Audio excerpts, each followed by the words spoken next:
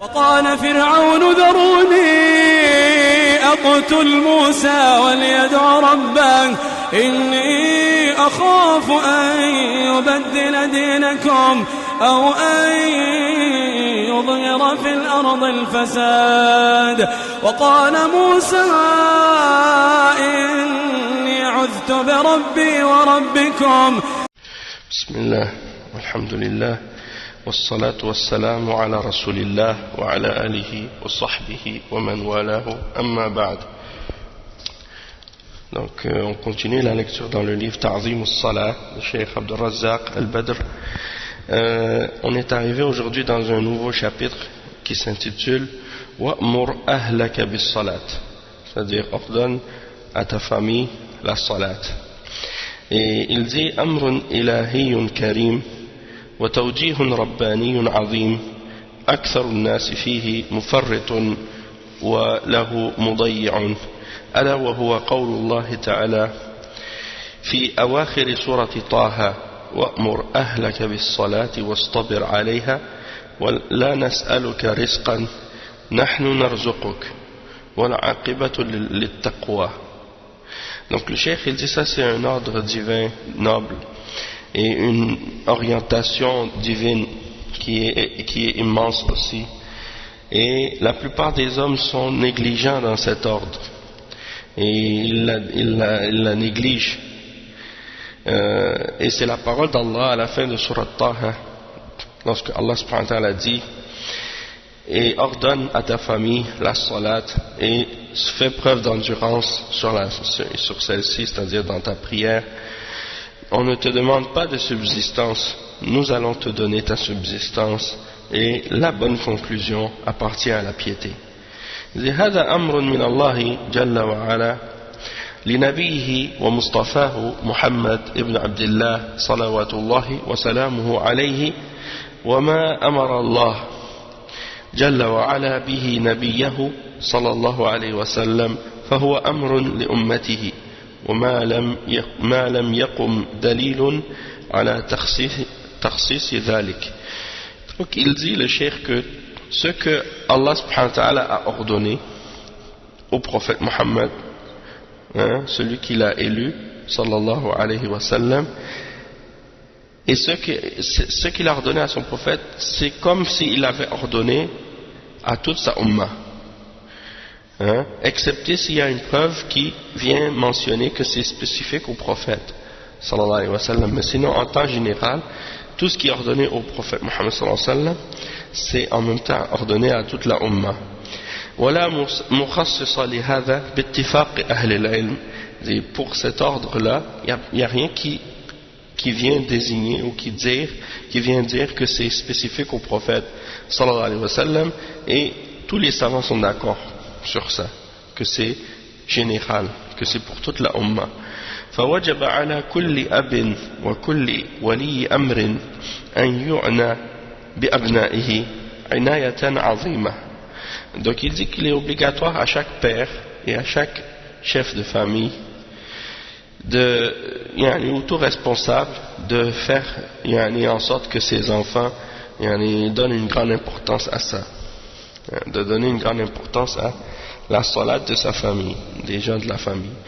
وأن يتابعهم متابعة دقيقة في شأن الصلاة التي هي أعظم أركان الإسلام بعد الشهادتين.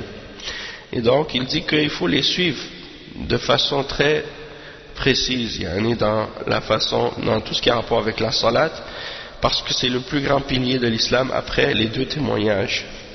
Il dit بعد أن يكون هو في نفسه محافظا عليها معتنيا بها صابرا مصطبرا على إقامتها.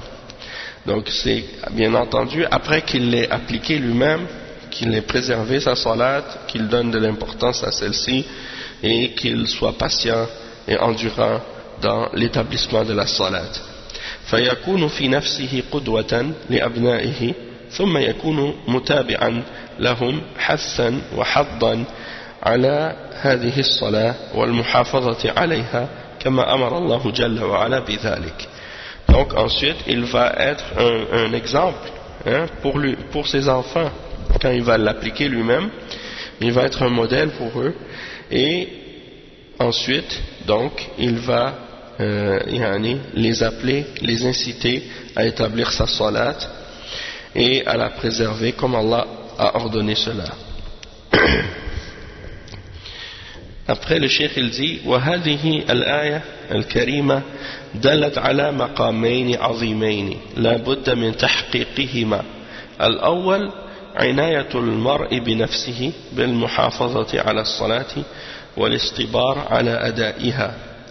Donc le cheikh il dit, dans ce noble verset, il y a deux choses qui sont prouvées, qui sont des choses de deux situations très grandes, très importantes, il faut les réaliser. La première, c'est que la personne elle-même, elle préserve sa salat et elle fasse des efforts pour être endurant dans l'établissement de la salat. Et également le cheikh dit ensuite وذلك أن ثمة في هذه الحياة من الشواغل والصوارف والصواد ما يشغل كثيرا من الناس عن أداء هذه الصلاة والمحافظة عليها في أوقاتها، فذاك يشغله عن صلاته نوم، وآخر يشغله عن صلاته كسل، وثالث يشغله عنها لهو ونحو ذلك. والشواغل كثيرة، والمقام مقام يحتاج إلى اصطبار ودأب ومتابعة حتى يكون من أهل الصلاة والمحافظين عليها. Donc il dit, il y a toutes sortes de choses dans la vie qui nous distraient, qui nous détournent de l'établissement de la salat, et de la préserver et de la faire dans son temps. Et certains sont occupés par le sommeil, d'autres sont préoccupés distraits par la paresse, d'autres c'est toutes sortes de loisirs ou de distractions qui les distraient. Et il y en a beaucoup de choses comme ça qui peuvent nous détourner de l'importance de la salat. Et donc c'est une situation qui exige de nous qu'on soit donc endurant et qu'on fasse preuve d'assiduité, puis qu'on soit ferme sur l'établissement de la salat pour faire qu'on soit parmi les gens qui la préservent. وهو مقام لا يقدر كل أحد أن يثبت عليه للحاجة فيه إلى المداومة والاستمرار بلا كلل ولا ملل. قال الحافظ ابن حجر رحمه الله عند شرحه لحديث أي العمل أحب إلى الله، قال الصلاة على وقتها. قال ثم أي؟ قال ثم بر الوالدين، إلا أن الصبر على المحافظة على الصلوات وأدائها في أوقاتها والمحافظة على بر الوالدين أمر لازم متكرر دائم لا يصبر على مراقبة أمر الله فيه إلا الصديقون. Donc le cheikh il dit que ça c'est une situation que c'est pas tout le monde qui est capable d'être ferme, parce que ça demande quelque chose d'être constant et d'être persévérant, hein? Et il faut pas se faire preuve de découragement ni d'ennui là-dedans.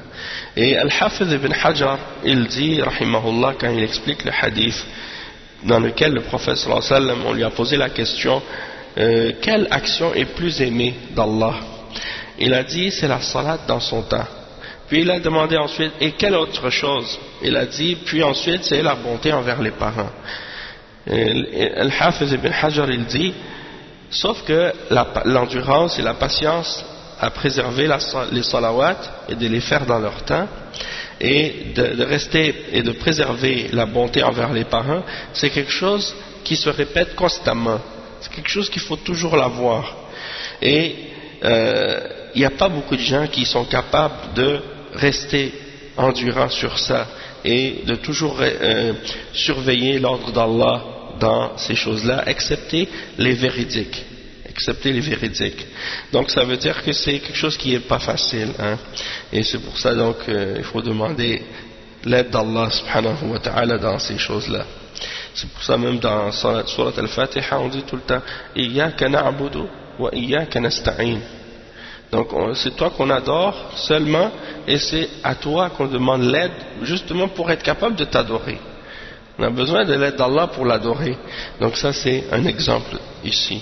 On va s'arrêter ici pour aujourd'hui, Inch'Allah. On continuera demain, bi'iznillah. Subhanakallahumma bihamdik. Ashhadu an la ilaha illa ant. Astaghfiruka wa atubu ilayk. Wa sallallahu wa sallam ala nabiyyina Muhammad wa ala alihi wa sahbihi ajma'in.